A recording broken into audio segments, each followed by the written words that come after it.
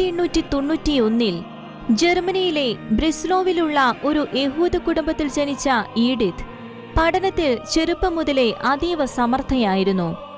1913 ഉപരിപഠനത്തിനായി ഗോഡിങ്ങനിലേക്ക് പോയ അവൾ ലോകപ്രശസ്ത തത്വചിന്തകനായ എഡ്മണ്ട് ഹുസറലിന്റെ കീഴിൽ പഠനവും ഗവേഷണവും നടത്തുകയും അതിനിടയിൽ ദൈവവിശ്വാസം പാടെ ഉപേക്ഷിക്കുകയും ചെയ്തു.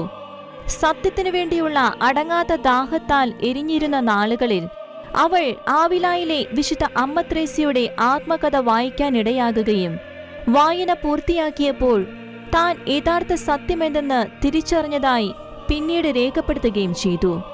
വിശുദ്ധ ഗ്രന്ഥവും ക്രൈസ്തവ ഗ്രന്ഥങ്ങളും ധ്യാനിച്ച അവൾ 1922 ജ്ഞാനസ്നാനം സ്വീകരിച്ചു. ഉന്നത വിദ്യാഭ്യാസവും ആദരണീയ പദവിയും വഹിച്ചിരുന്ന അവളുടെ പ്രേക്ഷിത പ്രവർത്തനങ്ങൾ ഫലം കാണുകയും അവൾ വിവിധ നഗരങ്ങളിലായി പ്രഭാഷണങ്ങളിലൂടെ അനേകരെ ക്രിസ്തുവിലേക്ക് നയിക്കുകയും ചെയ്തു.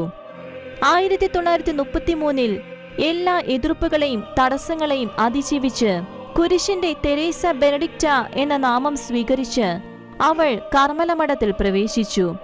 ഹിറ്റ്ലറിന്റെ നാസി അധിനിവേശത്തിന്റെ നാളുകളിൽ അറസ്റ്റ് ചെയ്യപ്പെട്ട വിശുദ്ധ ഈഡിത്ത് സ്റ്റെയിൻ 1942 ആഗസ്റ്റ് 9 തന്റെ 50-ാം വയസ്സിൽ ഓഷ്വിറ്റ്സ് ഗ്യാസ് ചേംബറിൽ വെച്ച് മരണപ്പെടുകയായിരുന്നു.